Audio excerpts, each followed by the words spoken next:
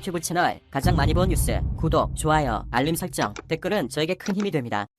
방위사업청이 인도네시아와 방산협력위원회를 열고 회의를 개최했지만 차세대 전투기 개발 사업 분담금과 관련한 논의는 이루어지지 않은 것으로 전해졌다. 25일 방사청은 성일 방사청 국제협력관과 다당 헨드라유다 인도네시아 국방부 예비전략총국장이 주관한 화상 회의에서 양측은 방산기술 보호 협력 강화와 무기체계 현황 공유 등 방산협력 방안을 논의했다고 밝혔다. 양국의 8개 방산업체가 자사 제품을 소개하고 현재 진행 중인 협력사업 현황을 공유하는 시간도 마련됐다. 한국 측에서는 풍산, LI진 X1, 대우조선해양 등 3개사가 참여했다. 방사청은 KT-1B, TOC바이 등 국산 항공기와 잠수함 등을 도입해 운용하는 인도네시아를 향후 여러 무기체계를 함께 운용할 방산협력 핵심 국가로 보고 있다. 하지만 이날 회의에서 KF-X-IPS 개발 사업 분담금과 관련한 논의는 이루어지지 않은 것으로 전해졌다. 인도네시아는 KF-X 개발 주관사인 한국항공우주산업에 기술진 110여 명을 2016년 하반기부터 파견했지만 지난 3월에 모두 철수시켰다. 국내 신종 코로나 바이러스 감염증 코로나19 확산을 이유로 들고 있지만 기술 이전을 놓고 불만을 품고 있는 것으로 알려졌다. 인도네시아는 코로나19 확산세가 소강 상태에 접어들면 다시 파견하겠다는 입장이었지만 아직 후속 조치를 내리지 않았다. 인도네시아 정부는 KF-X 전체 개발비 8조 5천억 원 중 20%에 해당하는 1조 7천억 원을 부담하기로 했지만 지난해 초까지 2,200억 원만 내고 분담금 지급을 중단했다. 인도네시아는 현재 자국의 재정 상황을 들어 고무원료 또는 인도네시아에서 생산하는 CNE 3호 수송기로 분담금을 대납하려는 것으로 알려졌다. 잠수함 수출과 관련해서도 잡음은 이어지고 있다. CNBC 인도네시아 등 외신에 따르면 인도네시아 국영 8조선소의 인사총괄국장 에티수아르 다니는 지난 18일 하원 11분과위원회에 출석해 4에서 6번 함 잠수함을 건조할 2차 사업 계약을 작년 3월 체결했지만 여태껏 진행되지 않았다고 말했다. 인도네시아는 총 12척의 잠수함을 도입하기로 하고 1차 사업으로 2011년 대우조선해양과 1,400톤급 잠수함 3척 1조 3천억 원을 계약했다. 이후 2차 사업으로 1,400톤급 잠수함 3척 1조 1,600억 원을 대우조선해양에 추가로 주문했다.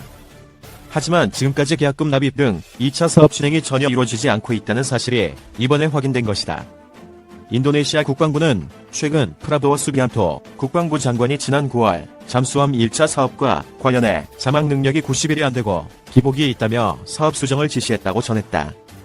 현재 대우조선에서 받은 기술 이전이 적고 더 높은 성능의 잠수함을 원한다는 것이다. 최근 현지 매체들은 인도네시아가 대우조선해양과 잠수함 2차 사업을 하지 않기로 방향을 굳히고 터키, 러시아, 프랑스 등 다른 나라에서 잠수함 계약 제의를 받았다고 보도하고 있다. 이를 놓고 일각에서는 인도네시아가 잠수함 추가 계약을 빌미로 삼아 KF-X 개발 분담금을 줄이려는 의도가 숨겨진 것 아니냐는 우려도 나온다. 방사청 관계자는 이번 회의는 양국 간 협의 채널을 유지하는 차원에서 이루어졌다면서 KF-X-IPS 개발 사업 등 개별 개발 사업은 안건으로 다루지 않았다고 말했다. 로봇이 조립하는 한국항공우주산업 전투기 5차 범위 0.002mm 내년부터 국군에서 주문함 T-50을 새로 작업하고 카타르에 나갈 F-15 전투기 동체도 조립하고 있습니다. 페루, 터키, 인도네시아에 수출한 KT-1도 만듭니다. KF-X는 지금 최종 조립의 한창이고요. 지난 17일 찾은 경남 사천의 한국항공우주 본사 고정립 공장에선 자동화 로봇과 250여 명의 직원들이 쉴 새 없이 전투기를 조립하고 있었다. 이 공장은 전투기를 최종적으로 조립하는 공간이다. 한국항공우주산업의 고정립 공장은 축구장 3개를 합친 넓이다. 전투기 5대 이상을 한꺼번에 이곳에서 조립할 수 있다. 그때그때 수주 상황에 맞는 다양한 전투기를 조립하기 때문에 생산 라인은 수시로 바뀐다. 전투기는 원래 전방, 중앙, 후방 등 각 부위별로 나눠 제작하는데 고정립 공장에선 부위별 동체를 조립할 뿐 아니라 각 동체를 합체해 전투기를 완성한다. 동체를 합체시키기 전에 엔지니어들은 동체에 들어있는 전선 1만 개 이상을 일일이 작동시키고 테스트의 이상 유무를 확인한다. 이 동체 합체 과정에선 0.002mm의 오차 범위만 허용된다. 한국항공우주산업은 이 수준의 오차조차 없애기 위해 세계에서 두 번째로 동체 자동 체결 시스템을 도입했다. 국내 기술로 개발한 동체 자동 체결 시스템은 자동주행 장치의 일종이다. 11개의 레이저를 이용해 동체 위치를 정확하게 정렬시킬 수 있다. 이전까진 사람 1명이 11일에 거쳐 조립했다면 동체 자동 체결 시스템 도입 후에는 똑같은 업무를 2월 5일이면 할 수 있다. 지난 9월 KFX CG1호기는 동체 자동 체결 시스템을 이용해 전방, 중앙, 후방 동체를 합체시키고 최종 조립에 들어갔다. 공정 과정 중 유난히 눈에 띄는 장비는 대형 로봇 드릴링 시스템도 빼놓을 수 없다. 전투기 동체와 날개에 구멍을 뚫는 로봇이다. 전투기 제작 과정에선 용접 대신 구멍을 뚫고 볼트와 리벳으로 연결한다.